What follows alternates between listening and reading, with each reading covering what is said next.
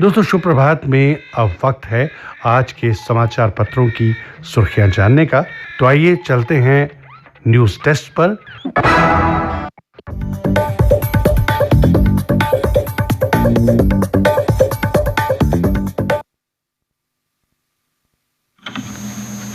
नमस्कार। समाचारों की सुर्खियों के साथ मैं रजनी दुबे। जम्मू कश्मीर में अब जल स्रोतों को बनाया जाएगा अतिक्रमण मुक्त। 7 दिन के भीतर नदी तालाबों के किनारे हुए कब्जे हटाने का नोटिस जारी। ना माने तो कब्जे हटाने के साथ कानूनी कार्रवाई भी की जाएगी। जानकारी के अनुसार उपराज्यपाल मनोज सिन्हा ने संबंधित प्रशासन को निर्देश दिया है कि प्रदेश में सभी जल स्रोतों पर हुए अतिक्रमण को यथाशीघ्र हटाया जाए। उन्होंने कहा कि जल स्रोतों के संरक्षण और उनके पारिस्थितिक संतुलन को बनाए रखने के लिए ये जरूरी है। आज ये समाचार लगभग सभी समाचार पत्रों में चित्र के साथ छपा एक समाचार है।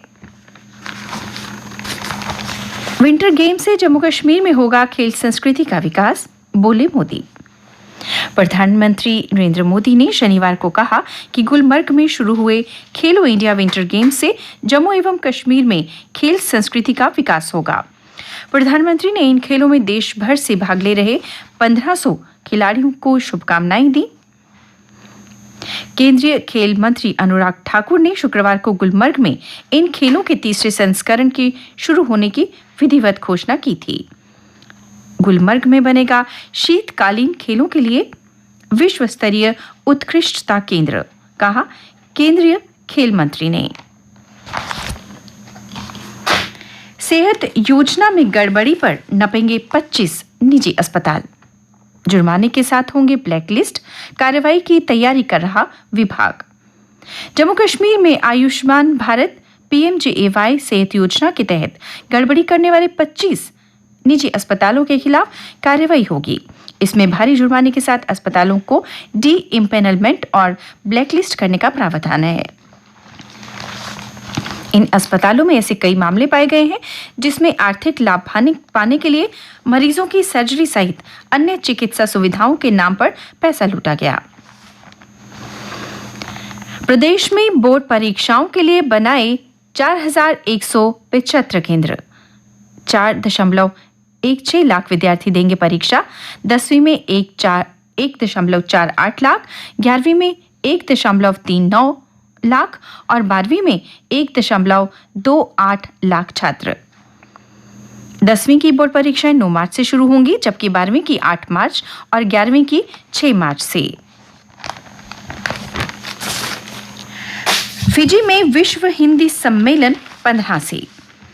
विदेश मंत्री S जयशंकर और फिजी के प्रधानमंत्री सितवनी राबुका बुधवार को फिजी के नाडी में 12वें विश्व हिंदी सम्मेलन का उद्घाटन करेंगे। 15 फरवरी से शुरू हो रही जयशंकर की फिजी यात्रा पिछले साल दिसंबर में दक्षिण प्रशांत महासागर द्वीप राष्ट्र में नई गठबंधन सरकार बनाने के बाद किसी भारतीय नेता की पहली यात्रा होगी। आत्मनिर्भर भारत के सपने और शक्ति को मिलेगी ऊंची उड़ान। पीएम मोदी कल बेंगलुरु में 14वें एयर इंडिया का उद्घाटन करेंगे। एरो इंडिया 2023 की theme runway to the a billion opportunities है। ये एयर शो प्रधानमंत्री के make in India, make for the world सपने को ऊंची उड़ान देने वाली साबित होगा, क्योंकि इसमें विमान क्षेत्र के स्वदेशी उपकरणों व प्रौद्योगिकियों को प्रदर्शित किया जाएगा। इसके अलावा विदेशी कंपनियां भारतीय कंपनियों के साथ साझेदारी भी करेंगी। यूक्रेन युद्ध रोकने के लिए मोदी के हर प्रयास को समर्थन, कहा अमेरिका ने। व्हाइट हाउस ने एक बार फिर दोहराया है कि अमेरिका हर उस प्रयास का स्वागत करेगा जिनसे यूक्रेन में रूस की शत्रुता खत्म हो सकती है। इसके लिए वे प्रधानमंत्री मोदी को भी युद्ध रोकने के लिए की जाने वाली कोशिशों को समर्थन देने को तैयार है। जासूसी गुब्बारा मामला, 6 चीनी कंपनियां अमेरिका में काली सूची में। अमेरिका ने चीन की 5 कंपनियों व एक अनुसंधान संस्थान को काली सूची में डालने की कोशिश की है। डालने की घोषणा की है। अमेरिकी वाणिज्य मंत्रालय ने कहा ये इकाइयां बीजिंग के जासूसी संबंधी अंतरिक्ष कार्यक्रमों से जुड़ी हैं। चीन के जासूसी गुब्बारे के अमेरिका के हवाई क्षेत्र में प्रवेश करने की घटना को लेकर इस बदले की कार्रवाई के तौर पर देखा जा रहा है। और अब अन्य समाचारों के साथ मेरी सहयोगी मीरा शर्मा। धन्यवाद। अन्य समाचार। जिला रियासी के सलाल में मिला लिथियम का विशाल भंडार काफी उच्च गुणवत्ता का है। प्रकृति की गोद में मिला यह अनूठा खजाना देश को ऊर्जा क्षेत्र में नई ऊंचाई देने में सक्षम होगा। सलाल इससे पूर्व हाइड्रो पावर प्रोजेक्ट का भी केंद्र है। राष्ट्रपति द्रौपदी मुर्मू ने शनिवार को भुवनेश्वर स्थित महाप्रभु लिंगराज के मंदिर में पूजा अर्चना की। इस दौरान उन्होंने काफी दूर तक नंगे पांव चलकर भगवान के प्रति अपनी श्रद्धा प्रकट की और परंपरा का निर्वाह करते हुए पवित्र पुष्करनी बिंदुसागर में हाथ पांव धोकर भगवान के दर्शन पूजन किए। आरबीआई निदेशक बोर्ड के साथ बैठक के बाद बोली निर्मला सीतारमण। कहा भारत की नियामक एजेंसियां पूरी तरह से सक्षम हैं और इस तरह के विवाद पर उनकी नजर है। सीतारमण की यह टिप्पणी तब आई जब इस पूरे विवाद को लेकर सोमवार को सुप्रीम कोर्ट में अहम सुनवाई होनी है। जम्मू श्रीनगर हाईवे पर सफर करने वाले वाहन चालकों और यात्रियों के लिए एक राहत भरी खबर है।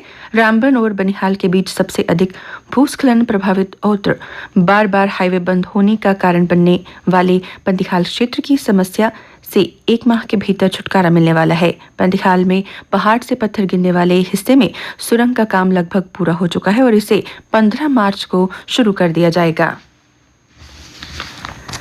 जिला प्रशासन ने शनिवार को मलिक मार्केट में अतिक्रमण हटाने के लिए अभियान चलाया। सुबह 7 बजे नाकेबंदी करने के बाद पहुंची जेसीबी 8 बजे श्रीनगर पठानकोट हाईवे बंद कर शुरू किया अभियान। एसओजी की टीम भी रही तैनात। शनिवार को सरदार वल्लभ भाई पटेल राष्ट्रीय पुलिस अकादमी के 74वें RRIPS बैच के दीक्षांत समारोह को संबोधित करते हुए गृह मंत्री अमित शाह ने कहा हर चुनौती से लड़ने वाला पुलिस तंत्र ही रख सकता है विकसित राष्ट्र की नींव। जम्मू कश्मीर में पर्यटन उद्योग को पुनर्जीवित करने के लिए प्रदेश पर्यटन विभाग को South Asia travel and tourism exchange में tourism brand of the year का अवार्ड मिला है।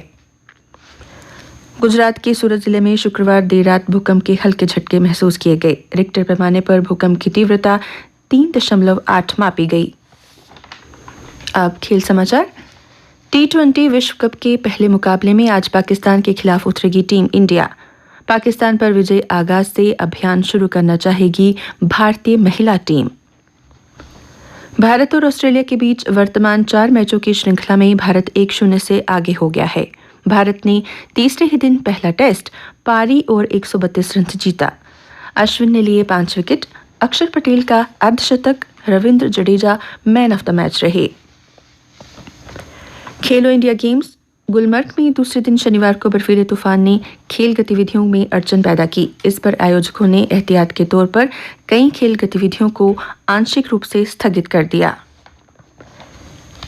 खेलो इंडिया यूथ गेम्स के अंतिम प्रतिस्पर्धी दिन शनिवार को कर्नाटक की लड़कियां और महाराष्ट्र के लड़कों ने तैराकी में टीम चैंपियनशिप जीत ली।